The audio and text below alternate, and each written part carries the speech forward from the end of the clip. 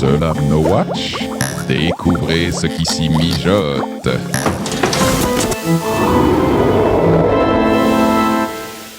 Soutenez vos podcasts préférés avec la boutique No Watch. Plus de 140 articles, t-shirts et goodies aux couleurs des émissions No Watch TV, No Watch FM et The Lab. Un large éventail de prix du t-shirt basique avec une petite contribution à No Watch jusqu'à des t-shirts collector et mécènes réservés aux généreux donateurs. Très bonne qualité, résiste très bien au lavage.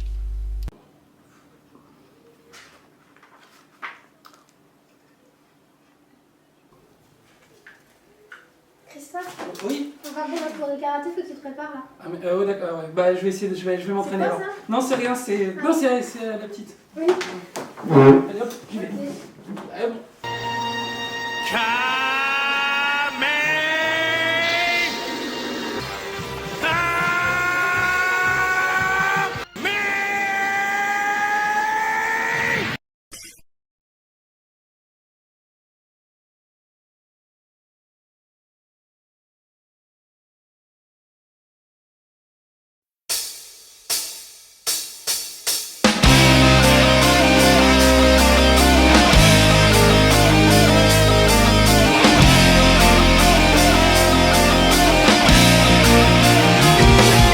Salut à tous, bienvenue sur Gaëtan TV numéro 11.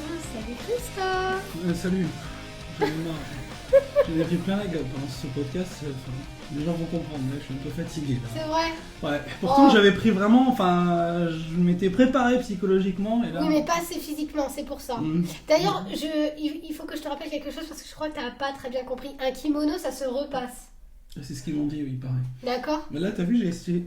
Bon, enfin, non, même celui-là, il est Voilà. pas passé. Donc là, à mon avis, pour ceux qui font du karaté, tu es, mais alors, la risée de tout, quoi. Moi, je pense, effectivement. Voilà. Et ils veulent plus de moi, il paraît. Bon, enfin, bon. Bah non, mais là, c'est bon. Là, franchement, tu fais pas honneur au club. Ah bah non. On va essayer, hein, on va. Bon, alors, vous l'avez compris, aujourd'hui, dans le sommaire, on va parler de karaté. On va pas parler que de karaté, on va parler de plein de choses. Dans l'actu, allez, on va parler d'abord de manga, quand même. Dans l'actu, on va parler de... Tiens, c'est moi qui vais commencer par parler de Amatsuki. Magnifique. Pour rappeler le Japon féodal. Sympa. Toi, ensuite, toujours dans l'actu, une autre sortie. Alors, moi, je vais enlever ça. Je vais parler de We Are Always, qui est un shoujo sorti. Qu'est-ce qu'il y a? Non, rien, j'ai envie de chanter, c'est pour ça. Vas-y, continue. C'est pas grave. Qui est sorti chez Tonkam. Mhm. Voilà, ça fait longtemps que j'attends cette sortie. Oui, c'est Donc vrai. on va la présenter. Donc, ensuite dans le Zoom, bien sûr, on va revenir très très longuement sur un cours de karaté qu'on a pris, et ça c'est vraiment... Que tu as pris, que j'ai filmé Oui. et dont je me suis bien marrée. Oui, bon ça faut pas le dire, enfin un cours de karaté en tout cas au CLAM, le club leur montée des arts martiaux. Voilà.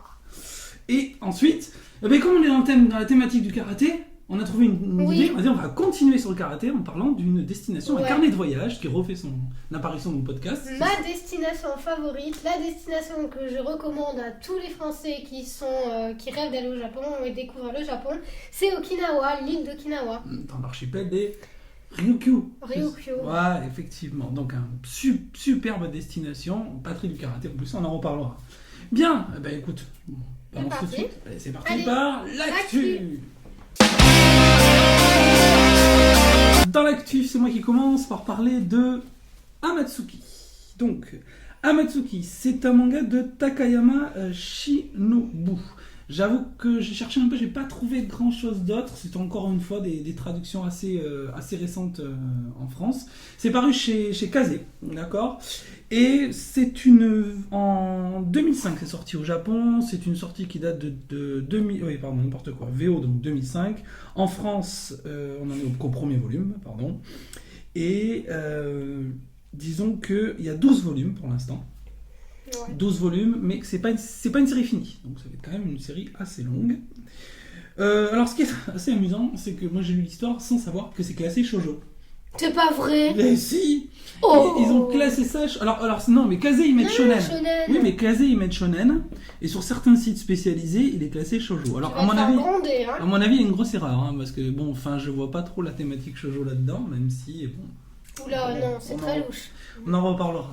Bon, alors l'histoire, on va raconter un petit peu. Alors, imaginez que vous êtes un lycéen nul en histoire. Ça, c'est pas bien, franchement. Ça, c'est courant aussi. Ouais, ça dépend du prof. Bon, enfin, en tout cas, imaginez un lycéen nul en histoire. Imaginez qu'en guise de punition, on vous envoie en fait dans un musée virtuel où en fait, grâce au port de lunettes spéciales, vous observiez en fait le Japon de l'époque d'Edo, donc le Japon à peu près de l'époque du XVIIe, XVIIIe siècle, et donc vous vous déplacez dans une ville totalement virtuelle grâce à ces lunettes, vous voyez comment les gens vivaient, etc. Donc c'est ça la punition. Ouais, en fait, c'est un cours de rattrapage. Un cours de rattrapage, en fait, dans l'époque d'Edo.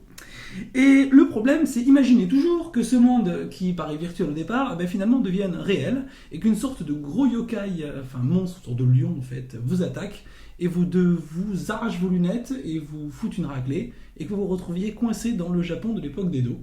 Et donc, vous savez même plus comment rentrer chez vous. Et bien, c'est exactement ce qui arrive à notre malheureux héros, le héros donc de Amatsuki, qui va se retrouver coincé, le pauvre, dans l'ère Edo, et qui va essayer de survivre tant bien que mal avec d'autres camarades qui vont se retrouver coincés avec lui. Parce que Amatsuki, le titre correspond à quoi en fait? Alors Amatsuki, c'est le nom du monde dans lequel il se trouve. Alors on apprend un petit peu plus tard, je sais que c'est la lune pluvieuse, il me semble, c'est ce que ça veut dire en japonais. Donc c'est assez intéressant, il le dit un petit peu plus loin. Et c'est le nom du monde virtuel en fait. Quelqu'un lui fait la révélation qu'il est dans Amatsuki. Voilà, donc c'est assez intéressant. Maintenant, les plus. Moi j'aime bien l'idée de voyage dans le temps. Ça c'est un truc qui peut être assez sympa. Ça me rappelle, alors pour ceux qui connaissent, les Rumiko World. Alors ça c'est un truc, c'était Rumiko Takahashi, la créatrice de Ranma 1/2, qui avait fait une histoire exactement sur le même thème, sauf que c'était pas un lycéen, c'était une lycéenne, et qui se retrouvait dans l'époque d'Edo, en plein milieu des guerres féodales. Et elle, par contre, elle faisait des allers-retours entre le temps présent et l'époque d'Edo. Ça me rappelait un peu les Rumiko World. C'est un peu moins bien quand même que les Rumiko World, parce que là c'est vraiment de la grande qualité. Alors ce qui est intéressant aussi, que donc pour ceux qui aiment, tous les gens qui adorent le Japon féodal, tous les gens qui adorent les histoires de samouraïs, les fanas de Lone Wolf and Cub, des séries comme ça, ou juste Vagabond, des séries qui parlent de samouraïs, de ronins, etc., vous vous régalerez, parce que c'est vraiment ce monde-là. En plus, on y ajoute le folklore japonais avec les yokai, on en a déjà parlé. Donc c'est une histoire vraiment à suivre pour les fondus du genre.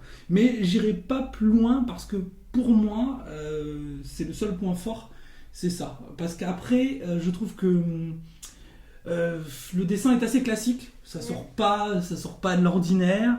Je trouve que l'action, il y en a pas tant que ça. Alors je donne une excuse, j'ai lu que le tome 1, et à mon avis l'action va se mettre en place, les personnages vont évoluer, il va y avoir un peu plus de punch, mais pour l'instant je trouve pas ça très punchy, ça manque un peu d'action, le dessin est classique. Voilà pour moi les trois principales critiques.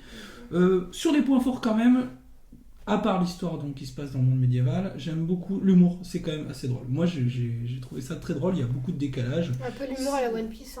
Oui, c'est peut-être pour ça aussi que ça m'a plu. Non, c'est un peu potage des fois, c'est assez rigolo. Ils sont un petit peu décalés, les personnages. Moi j'adore quand un personnage est complètement décalé avec sa réalité, ou qu'il affronte un danger mais énorme, avec une innocence et une naïveté qui est un petit peu désarçonnante. C'est un peu ce qui arrive à ce personnage. Donc voilà, et il y a une intrigue aussi pour savoir est-ce qu'il va revenir dans le monde contemporain ou pas. Oui, ça, l'intrigue, c'est l'intrigue principale. Elle est légère quand même. Donc voilà pour mon idée. Non, c'est moi qui perds mes cheveux. Oui, ça m'agace. Non, mais pourtant, c'est rouge, tu crois? Bon. Voilà pour Amatsuki. Moi, j'ai pas grand chose à dire. Toi, tu l'as lu? Alors, moi, je l'ai lu pas en intégralité, parce que moi, je me force pas à lire un manga qui me botte pas, qui me donne pas envie de lire la suite. J'ai quand même fait l'effort de le lire. Déjà, dans ma sélection de mangas, là, pour ce podcast, il faisait pas partie de ma sélection, je le connaissais, j'avais lu le résumé, il m'avait pas botté. Je me suis dit, bon, toi, tu voulais le prendre. J'ai dit, bon, je vais peut-être être surprise, donc pourquoi pas. Souvent, j'ai été surprise moi-même par des mangas qui me paraissaient pas géniaux et qu'en fait, ils se sont révélés super bien. Mais là, en fait, je vais pas dire que c'est pas bien, je vais pas dire que c'est nul, je vais simplement dire que c'est pas mon style d'histoire. Les mangas d'aventure, c'est pas ce que je préfère. Donc effectivement, moi j'ai arrêté l'histoire parce que ça me plaisait pas. Je veux pas dire que c'est nul, parce que pour quelqu'un qui adore les histoires d'aventure, c'est quand même bien, quoi. Est-ce que tu vois à peu près ce que je veux dire? Non, mais je vois ce que tu veux dire. Tu vas prendre un Kamehameha dans la figure, ça va pas tarder. Non, mais pour quelqu'un qui aime l'aventure, c'est bien, ça tient la route. Mais moi, voilà, c'est pas... moi, j'aime beaucoup l'intrigue, j'aime beaucoup tout ça. Voilà, les trucs simplement d'aventure, ça me botte pas, quoi. Je m'ennuie. Non, mais je comprends, voilà, je vais pas dire que c'est que pour les mecs, mais c'est vraiment pour quelqu'un qui aime bien l'aventure. Ouais, mais tu penses que quelqu'un qui aime l'aventure s'y retrouvera quand même ou pas? Oui, je pense que c'est bien. Donc tu conseillerais quand même? Oui, oui, pour quelqu'un qui aime l'aventure. Ouais, Voilà. donc toi qui est pas trop fondu. Non, je suis pas, c'est pas ça t'a pas mon transcendé, style quoi. de manga que je dis, donc ça m'a pas... Si tu veux, là où ça aurait été exceptionnel, et là où j'aurais vraiment conseillé à tout type de public, c'est s'il m'aurait plu. Parce que déjà, à la base, il me plaisait pas, étant donné que c'est de l'aventure et que c'est pas mon choix premier. Mais non, là, il s'est révélé que oui, effectivement, je confirme, j'aime pas l'aventure, j'aime pas trop. Après, le voyage dans le temps, c'est intéressant, mais l'époque où ça se passe, ça ne m'intéresse pas non plus. Je veux pas dire que j'aime pas l'histoire japonaise, je veux simplement dire que... Voilà, c'est pas une partie de l'histoire qui m'intéresse. Ça aurait été un voyage dans le futur, par exemple. Tu vois, je préfère. Bah, ça donne plus de liberté le futur, on peut s'éclater. Là, tu vois, j'aurais vraiment plus apprécié. Là, c'est un voyage dans le passé, non, ça m'intéresse pas. Non. Voilà. Après, le dessin est pas si mal que ça. Tu dis que c'est classique. C'est classique. Mais bon. Quelques images quand même, parce que c'est vrai qu'on a fait le tour. C'est en même temps, c'est un... Comment dire, c'est... Ça se prête à l'histoire. Hein. Le dessin va avec l'histoire. Ah oui, c'est du dessin style... Genre, tu peux pas mettre un dessin super futuriste, enfin super élaboré, tu vois ce que je veux dire, dans une histoire qui se passe dans le passé. Oui. Tu vois ce que je veux dire? Il faut que tu restes dans l'air du temps, quoi. Je vois pas trop ce que tu veux dire en fait. Tu me dis qu'il faut rester dans l'air du temps. En fait, il faut rester dans l'air d'Edo. Tu vois, dans les choses simples, dans les... Mais après, le graphisme n'a rien à voir, il peut compliquer. Non, mais ce que je veux dire, c'est que quand tu vois les traits des personnages, quand tu vois le décor, bah c'est selon l'époque.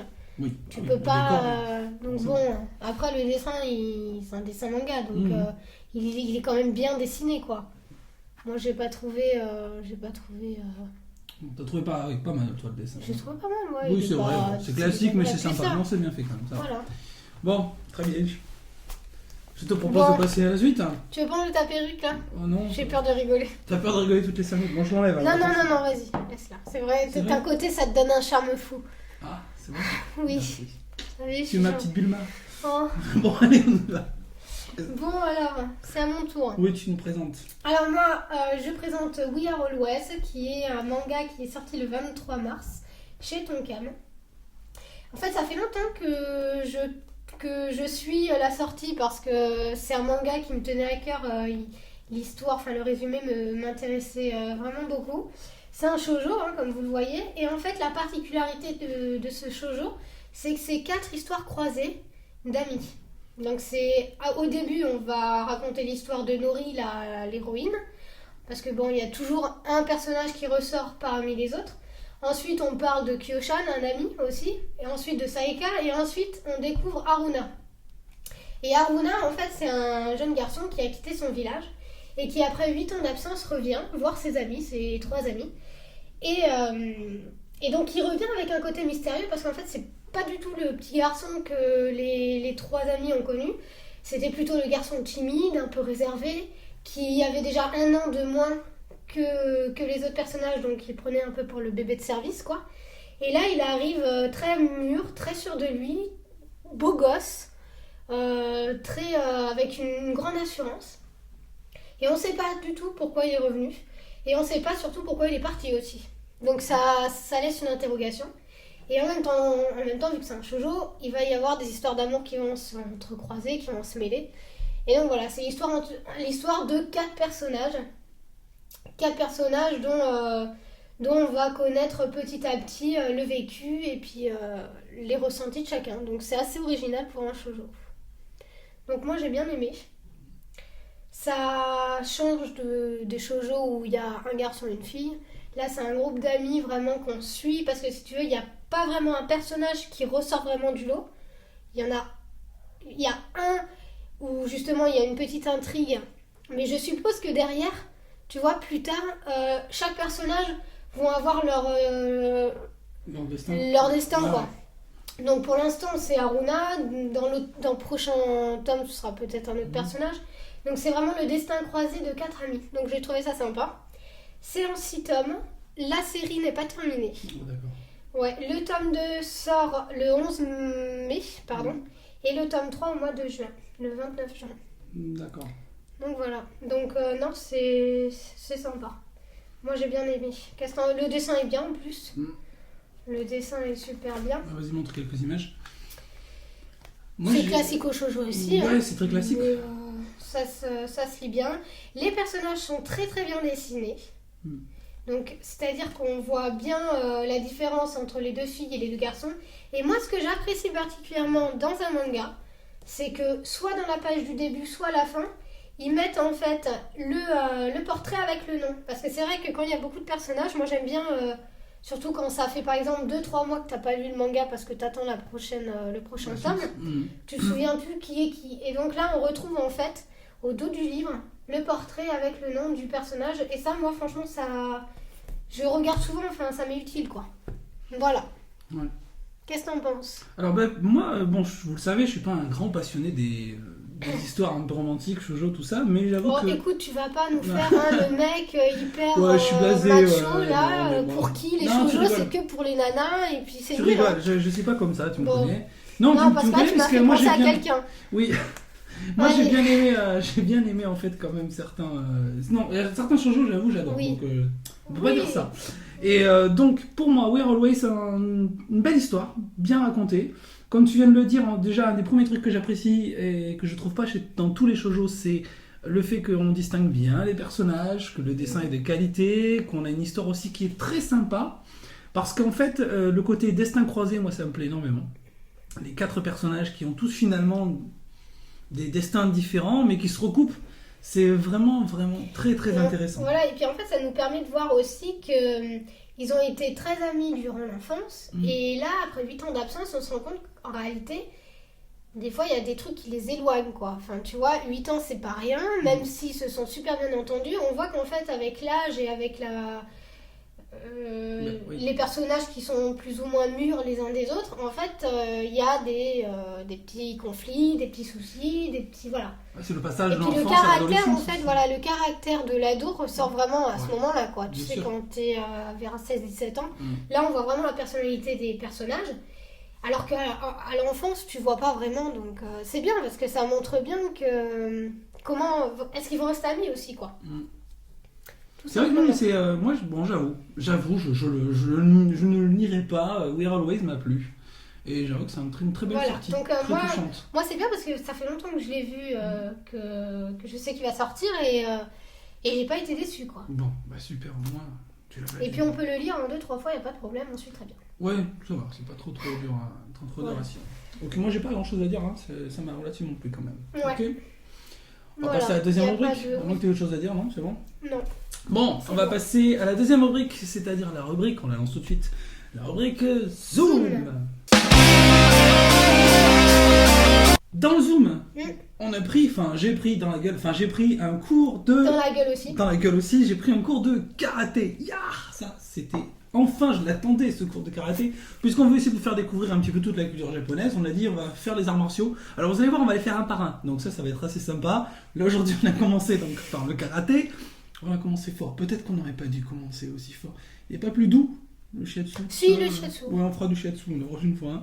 Donc, le cours de karaté, on l'a pris pas très loin de chez nous, puisque donc, dans la banlieue bordelaise, il existe un club de karaté, plutôt de bonne qualité quand même, avec du haut niveau national. Donc, on en a profité. On a été reçus très aimablement par le club. Franchement, on les remercie encore. C'était un super moment. Et puis, on vous propose tout simplement de découvrir et l'interview et le reportage filmé. C'est parti. Bien, dans la rubrique Zoom aujourd'hui, donc on a pris un cours de karaté avec le CLAM de Lormont, donc c'est le club Lormontais, l'orienté, tu sais, on est déjà en Bretagne, le club Lormontais des arts martiaux, et aujourd'hui donc c'est Philippe qui nous reçoit, professeur donc de karaté. Je vais te laisser se présenter, donc ton grade et puis ton parcours vite fait. Oui, donc je me présente, je m'appelle Payre Philippe, je suis ceinture noire deuxième dan, je suis diplômé d'un DIF, diplôme d'instructeur fédéral, voilà. Je suis professeur bientôt depuis 30 ans, 29 ans cette année, ici même, voilà. Des cours 2 à 3 fois par semaine, voilà. Et avec du monde, un bon niveau, des jeunes toujours aussi présents, etc., voilà. Bien, merci. T'imagines, 30 ans, c'est même pas ton âge. Hein. Bon, alors, on voudrait d'abord commencer, tout simplement. Est-ce que tu pourrais nous dire l'étymologie déjà du mot karaté, d'où ça vient exactement? Alors l'étymologie, le karaté veut dire main vide. Voilà, hein, main vide. Après, comment ça s'appelle? Il existe plusieurs formes de karaté. On en parlera peut-être à la suite de l'interview, quoi. Moi, je pratique surtout depuis ma toute jeune enfance, depuis l'âge de 16 ans que j'ai commencé. J'en ai 53 exactement. Hein. Voilà, j'ai commencé donc le Wadoryu. Voilà. Très bien, ok, on va parler donc des différentes disciplines, enfin des différentes écoles. Donc on a fait une séquence complète avec toi. Est-ce que tu pourrais nous dire un petit peu le déroulement classique d'une séquence, d'un entraînement de karaté? Par quoi ça commence? Qu'est-ce qu'on fait ensuite? Est-ce qu'il y a des modifications? Est-ce que tu changes des choses au fur et à mesure? Mais là, disons que là, je m'applique comme j'ai un club avec de très très bons compétiteurs, de très bons niveaux aussi, autant départemental, régional que même pas mal le national, quoi. Donc je me cale un peu sur ça, comme un peu ce soir, on a fait beaucoup plus de combats. Pourquoi? Parce que là, on se prépare pour la Coupe de France très prochainement, dans ces prochains mois, et puis leur qualification à 6 d'entre eux pour la Coupe, les championnats de France, quoi, voilà, à Paris. Donc c'est ça, mais j'essaie aussi dans l'éducatif du karaté de montrer pas que le combat, mais surtout la technique. Je suis très axé technique parce que je pense que une très bonne technique apporte toujours un meilleur karaté et dans le corps, l'esprit et aussi dans la qualité de travail qu'on peut développer ou dans le combat ou dans la technique. Voilà. D'ailleurs, chose que je déplore, c'est que beaucoup voient par le karaté que le combat, alors que la priorité reste la technique, comme dans beaucoup de sports d'ailleurs. Ça c'est sûr. Donc toujours donc sur les différentes, surtout pour revenir sur les différentes disciplines à l'intérieur du karaté, on a vu qu'il y avait plusieurs choses. Alors moi j'ai trouvé sur internet des mots comme Kihon, Kata, Kumite. Est-ce que tu peux nous dire toi-même dans un cours par exemple sur quoi tu travailles plus ou moins? Le Kihon, qu'est-ce que c'est? Le Kata, qu'est-ce que c'est? Le Kumite aussi? Voilà. Bon, le Kumite, c'est ce que tout le monde connaît sans connaître. Je veux dire, c'est le combat. Le combat. Le kata, c'est une forme d'une chorégraphie de mouvement, comme une récitation. Comme je dis aux enfants, c'est une récitation que tout le monde doit connaître. Et bien sûr, c'est celui qui donnera la meilleure des qualités et la meilleure des prestations qui, lors d'une compétition, même pour un passage de grade, obtiendra un grade supérieur, quoi. Après, le Kion, c'est aussi une méthode de travail pour affiner aussi toute cette technique. Et aussi, ça permet aussi dans certaines phases d'entraînement de connaître aussi le nom. Parce qu'il ne s'agit pas simplement de faire du karaté, il faut connaître tout ce qui va avec, l'histoire, pourquoi on fait ça, pourquoi on ne fait pas ça, pourquoi ça s'appelle comme ça, etc., etc. Voilà. Il y a une culture assez ample dans tout ce qui est karaté. Dans tous les arts martiaux, de toute façon, voilà. Oui, il y a une grande fonction éducative en fait, en même temps du karaté. Sur le karaté, pour revenir un petit peu aux origines, donc tu m'as dit l'étymologie. Alors est-ce que j'ai remarqué, quand on regarde le l'aïkido, on voit que le fondateur très connu c'est Uchiba. Quand on regarde le judo, c'est Jigoro Kano. Alors est-ce qu'au karaté, il y a un ou plusieurs fondateurs, plusieurs écoles? Quelle est l'origine exactement du karaté? Alors que je me souvienne, très très longtemps, hein. C'était simplement, le karaté n'était qu'une gymnastique qui venait de Chine d'ailleurs. C'était un simulacre de gymnastique et de boxe qui a été après déplacé sur le Japon, surtout à Okinawa, sur les îles d'Okinawa où ça a été beaucoup développé, et qui aussi a été développé après en sport. Voilà, qui est d'ailleurs développé beaucoup par l'armée à la base, si je me souviens bien. Voilà. Donc vous voyez, on peut faire d'un sport, enfin pas d'un sport, d'une défense, une méthode de défense, on peut en faire un sport. C'est une évolution assez spectaculaire d'ailleurs. Voilà. Tout à fait. Sur le karaté, on a vu aussi qu'il y avait énormément de styles qui sont assez différents. Alors je parle de différentes écoles. Est-ce que est-ce que toi il y a un style que tu préfères? Et est-ce qu'en France il y a un style qui est peut-être plus pratiqué que les autres, vu ce qu'on voit à la télé, hein? Oui, chaque style a son maître, on va dire. Voilà. Donc moi en l'occurrence je suis Wadoryu. Il existe déjà plusieurs méthode, on dira, de Wadoryu, mais l'essence même, quasiment toujours la même, je dirais. Hein. Moi, je suis donc issu du Wado-ryu, qui est beaucoup plus, on dirait, axé un petit peu sur l'aïkido, sur les mouvements, les passages, les mouvements de bras, les saisies, etc. Voilà. D'autres qui sont des styles comme le Shotokan, qui est un des mouvements les plus répandus, hein, aussi en France, hein, beaucoup plus que le Wado-ryu, honnêtement, hein, qui est beaucoup plus en force, beaucoup plus connu aussi d'ailleurs, hein, dans le monde entier. Par contre, il y a des styles beaucoup plus anciens qui méritent aussi d'être connus, comme le Shitoryu, le Gojo-ryu, où j'ai des copains qui sont vraiment balèzes, on peut dire, hein, balèzes, voilà. Oui, enfin, si je les croise dans la rue, quoi, je change de trottoir. En gros, c'est ça. Hein. Ils sont humbles. Ils sont humbles, ouais, mais faut pas leur dire. Ouais. Mais sur le Wado-ryu, tiens, justement, parce que là aujourd'hui on a fait, j'ai un des personnes qui a suivi le cours avec moi, qui me disait qu'au Wado-ryu, c'est un truc qui m'a vachement surpris. Les saisies et les fauchages pouvaient passer. Alors qu'au karaté, moi, je pensais toujours que c'était systématiquement des coups portés, que c'était tout en puissance. Et en fait, aujourd'hui, moi, j'ai appris que on pouvait aller beaucoup en retenue et que justement aussi le fauchage, la défense pouvait l'emporter sur l'attaque. Ça, c'est quelque chose qui m'a beaucoup surpris. Tout à fait. C'est-à-dire que c'est vrai que ça aussi, c'est une face un peu cachée du karaté. Les gens pensent que faire du karaté, c'est toujours du combat, il faut toujours attaquer. Et on s'aperçoit que finalement, avec des bonnes esquives ou des bons blocages, on peut, comme un peu la base de l'aïkido, qui est maître dans ce genre de truc, c'est tout ce qui est en esquive. Il n'y a pas d'attaque à l'aïkido, quoi. Donc voilà. Comment s'appelle, je trouve aussi que chaque style a, comme moi-même le Wado-ryu, le Shotokan, le Shitoryu, etc., a vraiment son essence particulière, mais on est tous basés sur la même chose, sur la culture du mouvement et toujours le fait de bien faire et de faire toujours mieux, toujours cette recherche de la perfection, quoi. Voilà. Oui, d'ailleurs, en recherche de la perfection qu'on voit dans le kata, tout à l'heure on a assisté à un kata très impressionnant. Je vois des katas à la télé, mais là j'avoue que j'ai été estomaqué. Franchement, je pense que vous allez le voir à l'image, c'est assez spectaculaire. L'énergie dégagée est assez spectaculaire. En fait, on s'imagine pas quand on voit qu'il y a une telle puissance. Alors on parle de ki en aïkido, est-ce qu'aussi on peut parler de ki en karaté ? Oui, tout à fait.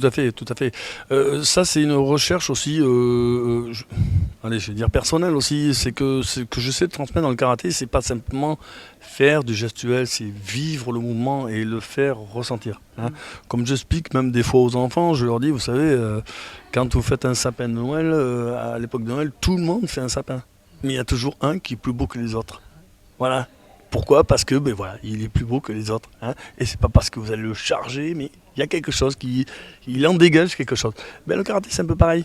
Hein. C'est quelque chose, et quand quelqu'un fait un kata, ou même du combat, hein, contrairement à ce qu'on pourrait penser, il en dégage quelque chose. Quelque chose qui est presque palpable. C'est sensation. Et quand un jeune, comme le jeune là, qui travaille très très bien, là, fait son kata ou ses katas, plusieurs katas, on sent qu'à un moment donné, c'est un bouillon de culture. Quoi. On se dit, on se dit, mais comment c'est Dieu possible de faire tout ça ? Et moi j'ai ressenti quelque chose. Moi j'ai ressenti de l'énergie. J'ai senti presque le vent c'est comme on voit dans les dessins animés, tu sais, le coup, là, le vent qui part dans la tête. J'ai senti vraiment l'énergie. Moi il m'a impressionné. J'avoue que là, je pensais pas que le kata pouvait être aussi séduisant. Enfin bon, je m'emballe. Pour terminer, sur le karaté toujours, est-ce que tu pourrais recommander un âge que tu peux conseiller pour commencer le karaté aux enfants ? Tu considères qu'à partir de quel âge il faudrait commencer pour ceux qui seraient intéressés ? Le karaté, moi je dirais que nous, par exemple, dans mon club ou dans beaucoup de clubs, on fait beaucoup on commence à 6 ans. Alors comme je dis en rigolant, 6 ans, 99 ans. Ouais. Bon, je vais pas refuser ceux qui ont 101 ans, hein, je vous rassure. Mais bon, c'est juste pour rigoler, quoi. Mais comment ça s'appelle ? Je pense qu'il est bon. Il n'y a pas tellement d'âge, je veux dire, que comme dans tous les sports, il n'y a pas d'âge. Je crois que c'est surtout la volonté, quoi. La volonté de vouloir faire quelque chose, je veux dire. C'est pas unique au karaté. Je veux dire que quelqu'un qui court bien, qui a envie de courir, je veux dire, qui est motivé pour ça, je pense qu'il n'y a pas d'âge, quoi. Après, c'est une question de volonté, de vouloir prendre une charge de travail, et de faire et d'être toujours mieux. Tout. Le même principe que le karaté, quoi, finalement. Pour le karaté, c'est vrai que quand Par contre, pour certaines phases comme la technique, où on fait du kata, où il faut avoir une connaissance assez importante, c'est vrai que commencer plus jeune, c'est beaucoup plus simple. Voilà. Mais bon, après, ça reste toujours pour les enfants, c'est un jeu, quoi. Mais bon, ça me fait plaisir quand ce jeu, il continue à le perpétuer pendant plus de 10 ans, comme beaucoup j'ai. Voilà. Oui. Donc voilà, c'est un jeu de longue haleine, on va dire.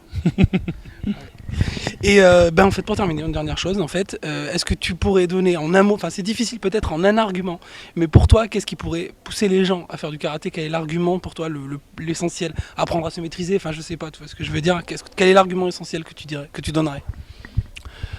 C'est certain que je peux trôner certes le karaté parce que je le pratique depuis très longtemps, mais je pense toujours au sport, moi, en général. Et je dirais que dans tous les sports, comme je vous expliquais tout à l'heure pour l'histoire de la course, quand c'est une histoire de volonté, après on peut trouver autant au karaté que certes peut-être les arts martiaux, parce que d'entrée c'est présenté comme ça, la discipline, la relaxation, la recherche de soi-même, le contrôle de soi-même. Et il y a plein d'arguments, certes, que nous avons dans les arts martiaux, que peut-être ailleurs, dans d'autres sports, ils n'ont pas. De suite, je veux dire. Ouais. Je veux dire que dans le football, je veux dire qu'il y a peut-être aussi cette réflexion quand ils arrivent à un certain niveau où là on est beaucoup plus, on laisse tomber le physique, on se dit maintenant on va travailler beaucoup plus la tête, quoi. Ouais. Voilà. Et dans le karaté c'est un peu plus ça. On explique pourquoi ça, c'est pas celui qui a le plus gros point qui fera mal, c'est pas le plus costaud qui fera le plus mal, c'est que finalement bon voilà, c'est un peu aimez-vous les uns les autres, quoi. C'est un peu ça, quoi. Voilà. C'est ça. Et honnêtement, par expérience, il n'y a pas vraiment d'âge. Un argument. Il n'y a pas vraiment un argument. Ouais. Il n'y a pas un argument. Mais en fait, faites du karaté, vous retrouverez votre compte. Ouais, donc on peut dire qu'en fait, si on pourrait simplifier, on dirait c'est moral, éducatif, ça apprend à se maîtriser. Enfin, il y a plein de choses qui pourraient pousser à faire du karaté. Voilà. J'ai des gens, pour conclure, qui viennent parce qu'ils veulent faire que de la compétition technique. D'autres qui viennent pour faire que de la compétition combat. Et d'autres qui viennent vraiment pour le plaisir d'apprendre. Parce qu'il y a des gens de qualité dans le club et qui viennent aussi, on vient aussi dans un club de karaté ou de sport aussi, pour l'ambiance aussi, pour ce qu'on apprend, voilà. C'est la relaxation, on vient on a la tête ailleurs, on se fait plaisir, on est avec les amis, ici et là, on transpire un bon coup, on travaille, on réfléchit bien, etc. Voilà, c'est ça le sport. Ouais, écoute, en tout cas, merci beaucoup de nous avoir reçu le CLAM, donc Club Lormontais, je fais pas de faute deux fois, des arts martiaux, donc nous a reçus, c'était dans ce magnifique dojo fédéral. Tiens, avant de nous quitter, alors tu sais que nous dans Gaijin TV, on a une rubrique qui s'appelle la rubrique carnet de voyage. Et figure-toi que juste après le zoom sur le karaté, on va partir dans une destination qui est très particulière au karaté. On va faire découvrir aux gens Okinawa. Donc, je te propose de lancer la rubrique carnet de voyage en regardant les caméras et en disant carnet de voyage. Carnet de voyage, direction Okinawa. Merci, j'aurais pas fait mieux.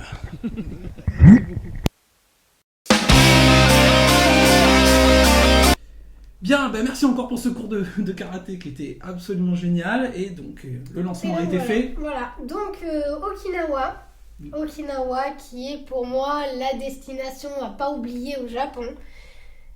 Oui, je le dis. Non, mais tu peux. Parce que moi j'ai adoré, c'est vraiment la petite cerise qui va décorer le gâteau. C'est vraiment génial. Après 3 semaines de dure visite à Tokyo, Kyoto, avec les sacs à dos, avec la température, l'humidité, avec la marche pendant des heures et des heures, où on peut même pas s'asseoir par terre parce que sinon on se fait engueuler. Par qui? Par moi? Je suis jamais engueulé parce que c'est par terre. J'ai engueulé parce qu'il faisait 38 degrés et que tu te mets sur les fesses sur le bitume. Oh, mais non, mais bon, enfin bref, voilà. Après un voyage assez mouvementé, on a été se reposer 4 jours sur l'île d'Okinawa et franchement, c'est du paradis. Je recommande cette destination pour les femmes en manque de romantisme. En manque de romantisme. Vas-y, continue. Dont leur homme ne s'occupe pas d'elle. Là, c'est l'occasion de prendre un coup d'air frais, tu vois. Oui, c'est vrai. Mais je me sens pas concerné, donc vas-y, continue. Là où, en fait, c'est l'île aux fleurs, quoi. On met le pied par terre, on a déjà le parfum de l'orchidée dans le nez, c'est merveilleux. Parce qu'en fait, l'orchidée, c'est la fleur de Okinawa. Et en fait, voilà, ça me tenait à cœur, je le recommande à tout le monde. Et pour aller à Okinawa, comment ça se passe? En fait, il y a une petite solution qui est financièrement pas trop mal. C'est bien sûr, quand vous venez au Japon, vous prenez un billet d'avion international. Et grâce à ce billet d'avion international, vous pouvez prendre à prix très très réduit un billet d'avion intérieur, dont Okinawa fait partie, vu que ça fait partie du Japon. Et en fait, l'astuce, c'est pour vous. Dites-moi que c'est ça. Non, mais moi je dirais non, mais vas-y, continue, c'est hyper intéressant. Oui. L'astuce, c'est quand vous faites une grande traversée du Japon, vous vous arrêtez à Kagoshima. Vous prenez l'avion de Kagoshima jusqu'à Naha, qui est la capitale, entre guillemets, de Okinawa. Et en fait, l'aller-retour, parce que nous, en fait, on avait fait Kagoshima-Naha, Naha-Tokyo, parce qu'après, il fallait revenir en France. Ça nous avait coûté, pour 2 personnes, 400 €. Donc c'est vraiment... Ça coûte de l'argent, mais c'est vraiment nettement moins cher que si on va directement à Okinawa, quoi. Ouais, alors que le prix du billet simple pour quelqu'un qui ferait Tokyo, Naha, Tokyo, c'est énorme, c'est plus de 1500 € par personne. Oui, hein. c'est très très cher. C'est hyper cher. Et puis, sincèrement, bon, c'est une magnifique île auquel on peut se reposer, mais je recommande pas de faire que Okinawa, parce que c'est une île, donc effectivement, il n'y a pas non plus 36 000 trucs à faire. Ça permet de découvrir une autre facette du Japon. Ouais. Et en fait, quand vous arrivez à Naha, vous pouvez visiter bien sûr la capitale. Dans la capitale, vous avez le quartier de potier, parce que une des spécialités d'Okinawa, en fait, c'est la poterie. Ils font de merveilleuses poteries, peintes à la main, enfin c'est magnifique. Et vous avez également le château de Seri, en fait, qui est un château impérial. Et qui, on ne l'a pas visité, mais dont le jardin est magnifique, donc c'est une visite à faire. Et moi, je vais plus me centrer en fait sur une partie de Okinawa qui est peu fréquentée par les touristes parce que, bon, l'inconvénient, c'est qu'il faut une voiture pour aller dans ce coin-là. Et c'est également un coin qui est réservé Enfin, c'est assez bourgeois, quoi, parce que quand tu vois les prix, c'est extrêmement cher comparé à Naha, mais c'est vraiment un havre de paix, quoi. C'est le calme assuré, et puis bon, il y a des choses à visiter qui sont très intéressantes, mais c'est vraiment pour se reposer, quoi. C'est vraiment pour le calme. Et en fait, cet endroit, c'est en fait la péninsule de Motobu, qui se trouve dans le nord-ouest, et qui est en fait, je sais pas si vous voyez comment est fait la carte, mais en fait, c'est la grosse boule qu'il y a sur l'ouest. La péninsule, ouais. Voilà, la péninsule. Et en fait, tout autour de cette péninsule, il y a diverses activités à faire, comme un des plus grands aquariums au monde, qui est le Shuromi, le plus grand. Ouais, moi je sais pas trop, tu sais. Il me semble que c'est le plus grand. Enfin bon, vas-y. Donc c'est vraiment immense. Il y a même un crocodile, n'importe quoi, un requin-baleine dans le bassin. Donc c'est pour dire qu'il est vraiment immense. Et donc c'est le Shuromi aquatique, qui est certes un peu cher par rapport aux autres visites qu'on peut trouver au Japon, mais ça vaut le coup parce qu'en fait on a une partie spectacle avec les dauphins, plus accès aux 3 bassins des dauphins, qui est strictement gratuit. On peut y aller autant de fois qu'on veut, ça ne fait pas partie, enfin c'est séparé de l'aquarium, mais disons qu'on paye aussi pour le spectacle, et on paye aussi le fait de pouvoir y aller autant de fois qu'on veut, parce que c'est vrai que le soir, nous on aimait bien aller voir les dauphins nager, on aimait bien voir les répétitions de dauphins, parce que c'est à ce moment-là qu'on peut voir les entraînements, et c'est à ce moment-là qu'on les approche vraiment très près. Même en France, je n'ai jamais vu, disons que les normes de sécurité sont tellement strictes dans les zoos aujourd'hui en France qu'on n'approche pas les dauphins aussi près. Et là, à Okinawa, apparemment ils n'ont pas trop de normes strictes au niveau de la sécurité. Et là, en fait, comme vous voyez dans l'image, il y a juste le petit rebord blanc qui nous sépare de l'animal, donc c'est vraiment très fort, c'est vraiment très, très sympa. Et à côté de ça, vous avez 2 parcs de fruits. Donc il y a Fruitland qui est sympa, qui n'est pas le meilleur mais qui est sympa. Donc il y a une partie fruits là où on peut voir toutes les sortes d'arbres fruitiers qu'on ne trouve pas qu'on trouve pas ici, comme les bananiers, les cocotiers, le sucre de canne aussi, on avait vu, Ah ouais. qui est super sympa. Après cette visite, en plus, on peut déguster des fruits frais. Ouais. Donc ça, par contre, on s'était Sympa. régalé. Et il y a la deuxième partie, c'est la serre aux papillons que j'ai détestée parce que je déteste les insectes. Elle a peur des papillons. Ouh. J'ai détesté les insectes et en fait il y avait des araignées et tout en plus. Non, c'était avec des dégueulasse. papillons, c'est mignon. Des petits Non, papillons enfin bon. géants là. Donc c'est bien parce que c'est clair, bon, là vous voyez des papillons magnifiques, des orchidées bien magnifiques aussi, Bien sûr. mais des araignées horribles. Enfin bon, Oh, elles sont mignonnes. non, c'était. Moi j'ai pas aimé la serre aux papillons. Et à côté il y a Pineapple Park. Ah, Alors c'est là, le parc. c'était génial. Il faut aimer l'ananas. Hein. Oui, bah c'est le parc de l'ananas, faut aimer l'ananas. Et en fait, c'est une petite balade en petite voiture près des champs d'ananas. Et puis là, on nous explique, c'était en anglais. Oui. Comment, alors moi je comprends rien en anglais, alors j'étais perdue. Qui nous explique comment culture, on ils récolte expliquent- l'ananas. Ils expliquent toutes les variétés qu'ils ont fait venir du monde entier, etc. pour récolter. Voilà, et c'est l'ananas de Okinawa, la spécialité. Mhm. Et après cette visite de 10 minutes, parce que ça dure pas longtemps, Ouais. alors là, vous avez une partie de dégustation, mais alors de rêve. Ouais, c'est vrai. On a goûté au vin d'ananas, le truc, mais qu'on pensait même pas que ça pouvait exister, qui est excellent d'ailleurs. Le vinaigre d'ananas qui est également Qu'on a excellent. goûté aussi, c'est un peu plus hard. On a goûté. Non mais pour les salades c'est excellent. Ah oui, pour les salades, c'est très bien. Ça coûte très cher aussi. Oui, vraiment. Et après il y avait les gâteaux d'ananas, les bonbons d'ananas, Mm. enfin c'est le monde de Tout l'ananas. l'ananas, le papier Donc- toilette à l'ananas, tout l'ananas. Pour ceux qui n'aiment pas l'ananas, c'est pas l'endroit rêvé, donc je conseille pas. Non, C'est pas c'est- très cher, c'est 500 yens, donc 5 euros Ouais, d'entrée, c'est pas cher. donc c'est pas très cher. Et on a bouffé mais comme des ogres quoi. Oui, tout à fait. C'est voilà. Non, Donc, c'est bien régalé. Les, voilà. les cakes. Et après cette journée de fruits, cette journée de poissons, tout ça, qu'est-ce que vous allez faire? Vous allez vous reposer sur la plage d'Emeraude.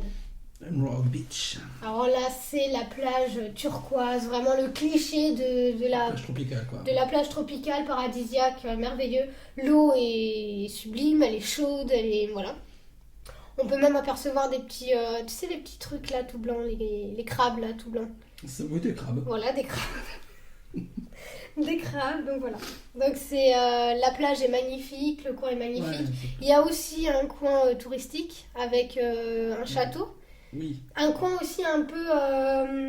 pas préhistorique, mais tu sais, un peu... Oui, il y a un château plus ancien, c'est vrai qu'il se vide dans le centre, je crois. Voilà. Il y a plein d'endroits en fait. à voir. Donc il y a, voilà, c'est des petites visites à faire. Alors c'est pas fatigant du tout, donc effectivement c'est vraiment pour se reposer. On peut pousser plus loin avec le nord et le sud où il y a beaucoup de visites effectivement d'autres choses à faire. historiques, Mm. parce que c'est très historique. Mais bon, nous c'était pas notre objectif, donc voilà. Très bien. Pour les hôtels, alors c'est un coin qui coûte extrêmement cher. Alors là, mais à Parna, les auberges de jeunesse à 30 euros ou 40 euros la nuit, vous ne trouverez pas moins cher. Voilà. Donc à Motobu, le minimum qu'on paye pour une nuit pour deux, avec petit déjeuner, ouais, c'était ça qu'on avait, c'est 140 euros. Donc nuit pour deux, petit déjeuner compris, c'est tout. Pas très loin de la mer, mais il faut quand même une voiture. Ouais, Voilà. C'est vrai que c'est pas donné. hein. Pour un hôtel, alors c'est pareil, un hôtel qui est super classe, au bord de la mer, vous avez que à sortir, à faire 2 pas, vous êtes déjà sur la jetée.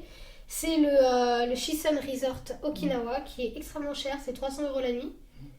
Mais bon, pour un voyage de noces, c'est très bien le Shisen. Hein. Oui, Je mais il faut les recommande. mettre quand même. Hein. Faut les mettre, voilà, c'est pour ça que Motobu Green Park Hotel, Ouais, c'est qui est très là bien. où on a été, c'était très bien, c'est propre. Les petits déjeuners, c'est un peu, disons que ça tourne de jour en jour, mais on retrouve toujours la même chose. Donc, Ça tourne, c'est-à-dire... ça tourne, ça tourne. Bon, j'essaie de réfléchir. Non, en Ah fait, oui. je sais pas si tu te rappelles, le lundi c'est Ah oui, c'est poisson, vrai. sardines, ananas, machin truc. Le mardi c'est quoi? C'est saumon avec... Ananas et. ananas, il y a céréales. toujours de l'ananas, acérola, voilà. Donc les petits déjeuners du lundi c'est toujours pareil, mardi Oui, c'est c'est toujours pareil. pareil, mercredi Mais dans c'est beaucoup toujours d'hôtels pareil. clubs, ils font Donc, voilà. ça, c'est pareil. Tous les C'est hôtels- vrai tous les hôtels clubs, c'est le même principe. Donc C'est pas voilà. les seuls. On mange beaucoup de poissons, bien Mm. évidemment. Au petit déjeuner, c'est poisson, soupe, riz, Ouais. viande, Faut aimer le poisson au petit-déj. Hein. Moi, je mangeais, non, c'était Poisson, génial. riz au petit-déj. Sardines grillées au petit-déj, c'est excellent. Sardines grillées au petit-déj, après bon, effectivement. Ils font quand même confiture, pain, Ouais, parce qu'on était beurre. là. Parce qu'on était là, non, je rigole. Non, il n'y a même pas de confiture. Non, même pas. Du pain un peu et encore. Non, le pire, c'est la sauce soja le matin. Non, là, j'ai pas bu. Ah, c'est dur. Voilà.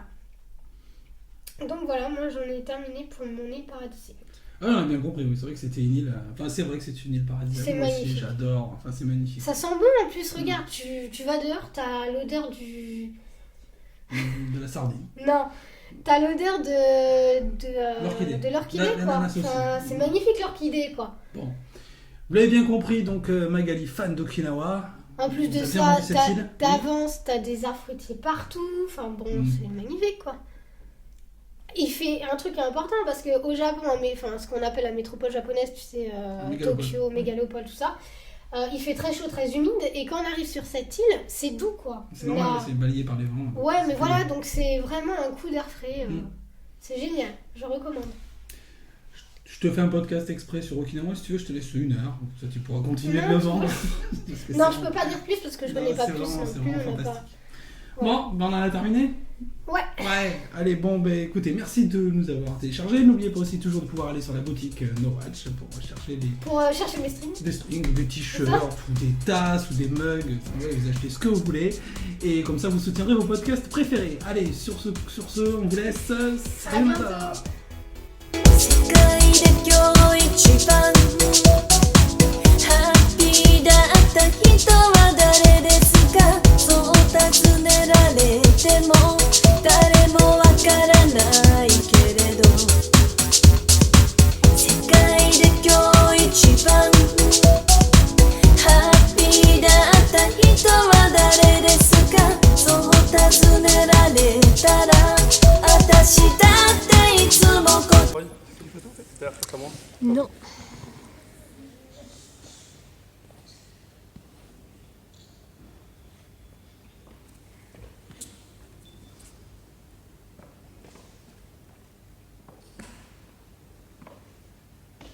Two!